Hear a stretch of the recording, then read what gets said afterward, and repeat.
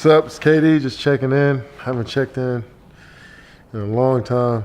So, coming to update you guys. I'm sorry it's been a while, but hopefully you had a great holidays, great New Year. Hopefully your New Year is starting off great, perfect. Dubs on the road, we're playing well. I've been out a few games, looking forward to getting back. But keep supporting. Thanks for all the love and looking forward to hearing from you guys. Okay, what are your thoughts so far on the season leading up to All-Star? And what's been the best part of the season so far for you? Man, the best part of the season, I think, just being on the road with the guys and traveling and just kind of seeing the guys in a different space. You know, as we go throughout the season, you know, you start to see more personality in your teammates, and I think that's the fun part of just going through just every day on the road with your team. And you got to be closer, you got to be tighter because it's you against the world on the road. So that's the fun part. And when you're winning, especially on top of that, it just makes it even better. So it's been fun thus far. Looking forward to more and more, you know, creating more and more great moments throughout the season. Who's the biggest jokester in the locker room? Nick Young by far is the biggest jokester. He's always on joke time. And it's pretty cool for our team because most of us are serious when we play. But now we look forward to a Nick Young joke at least 3 or 4 times throughout a practice. So it's great to have on the team, but he when the time comes, he's locked and loaded on the court. So we love the dynamic of both with Nick, and him and JaVale together is just a show. We should follow him around for sure. Multiple fans would like to know, what's Clay like as a teammate and a person? Clay is really quiet. He's quiet on the court. He doesn't show too much emotion on the court. He doesn't say much. And in practice and just on the planes everywhere, he's just super quiet, but he's one of those guys that says the right thing at the right time. Very intelligent, but keeps everything in. And he's funny too. I mean, he just does a lot of things that he doesn't realize that's funny, and he's a joy to be around. I think that's why everybody loves Clay. He just never gets bothered by anything and just always the same person. You've seen how talented Jordan Bell has been this season and how great he is for the team. What is it that you think makes a player like him drop to the second round of the draft? It's a great question. I mean, the draft is so hard to determine, you know, and I feel as though once you get into that part of the draft, you go to franchises that, you know, teach you from day one. And, you know, I think Jordan had an opportunity to. The reason why he failed, I have no clue. I can't really tell you why, but it's so many players in the draft that, you know, these GMs and these teams kind of try to figure out, and I just don't know why. And I'm trying to explain it, but I don't know why. But when you go to a franchise that teaches you from day one, I think, you know, as a basketball player, that's exactly what you need to be that age. And Jordan is learning every single day, you know, behind Draymond Green and David West. There's other Pachulia, guys that got experience and been in different situations, and they're just giving off their information to him. So I think just dropping down that far to a team like us is a blessing, no matter, you know, if you want to be a lottery pick or whatever. I just think it's about the environment and how you learn the game of basketball every day, and Jordan is a sponge. Do things like making the All-Star team still excite you? Yeah, making the All-Star team still excites me, you know, because it's still an honor to be recognized as one of the best players in the league, and to see your peers and enjoy just the success you had this season so far with the people that can relate to you the most in your peers is pretty cool. We all need that at some point in our lives, and to be recognized every year for that, for me, has been, you know, since going on, hopefully it's 9 years of, you know, being an All-Star. So it's an amazing accomplishment. We never take it for granted. It's just always good to enjoy and celebrate the game of basketball. How did it feel getting to go back to Texas and get back to the university? It felt great, you know, because that's a place I spent a lot of time, a place where I learned a lot, and I built such a great relationship in that community. I felt like it was my duty to kind of pour back into a place that poured into me as a young kid, and especially with the basketball program having so many great uh, influences to look at every single day, and LaMarcus and TJ and PJ Tucker, and it goes down the line of guys that I watched and learned from, and Coach Barnes, kind of bridged the relationship between the two, and that made it a family. And I wanted to continue that family, and hopefully, we get more and more guys that bleed that Texas blood and want to give back as well. So it was amazing. I'm glad I was able to do it, and I'm glad that that's something that's going to be there for a long time. Who's got the most swag in the NBA right now?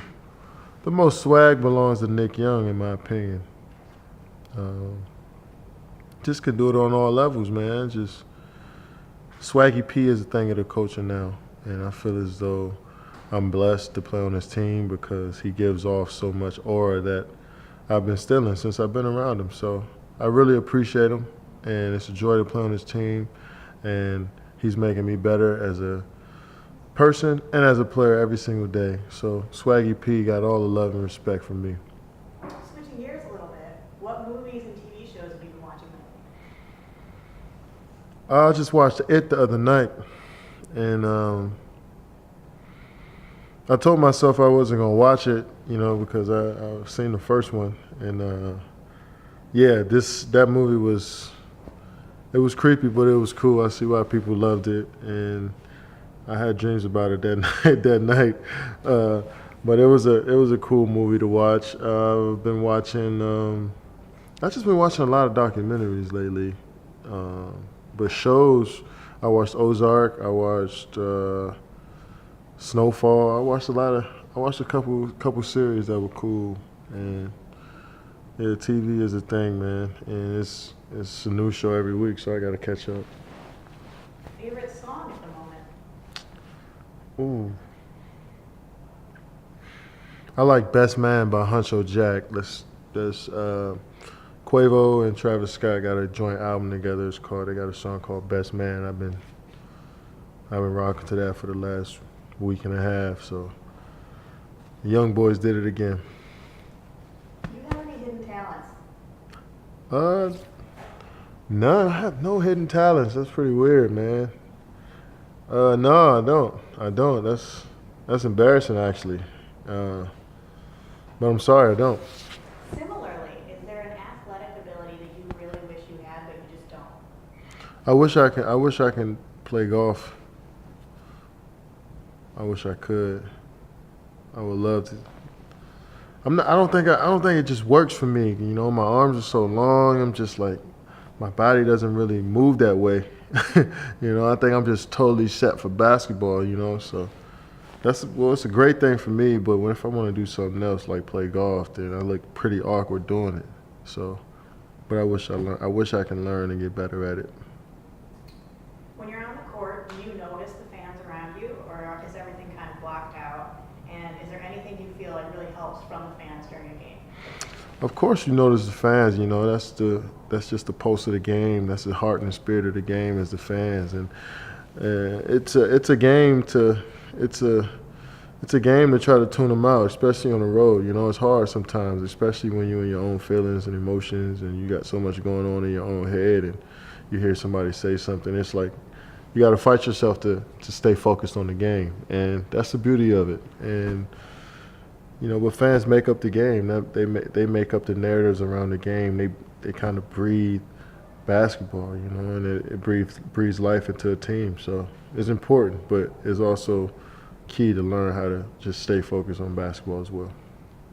Looking forward to All-Star, when you have that little break, what do you do to get your mind and your body focused for the second half of the season? Just not think about basketball at all, strategy or how I'm supposed to get better. If I'm supposed to work out, that's what jogs my mind all the time. It's not the fact that we got to play. It's the fact that I'm always thinking about if I worked out today, did I feel good shooting the ball? Did I have fun playing? Like, I don't have to worry about any of that at all when I'm going through All-Star break, and that's the best part about it. And I don't know what I'm going to do, but something is going to happen that I'm going to enjoy. But not having to think about the game at any level, not worry about it at all is a break for me. So whatever I do in between that time, I'm sure it'll be fun.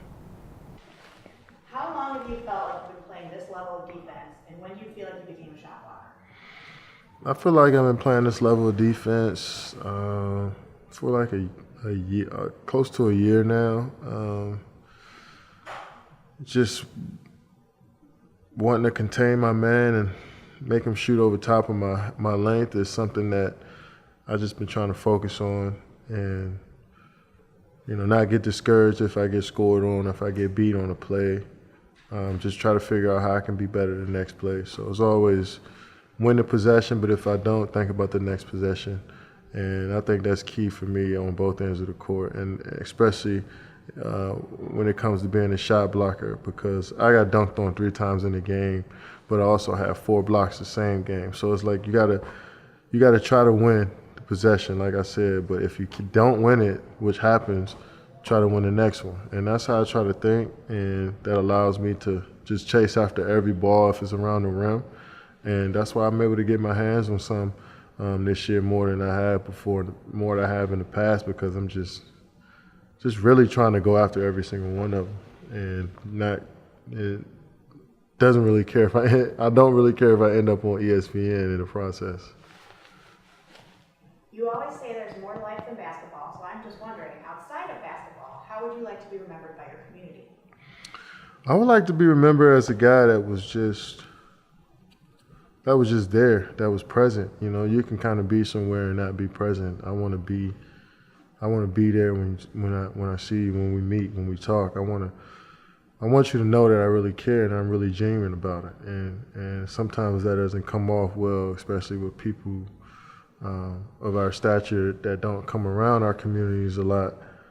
But I want them to know that we still care, we're still there. We got our thing going on, but we also still a part of this community emotionally, and that goes a long, long way, more so than what we can do from our pockets. And for me, that's something that I try to do every single chance that I get, and also on top of that, find creative ways to influence the community and try to elevate the community, and just try to make it a full thing instead of just I want to give money and move on. It's more of a life thing, and I think it's going to help down the line and help the kids become something that they always wanted to be.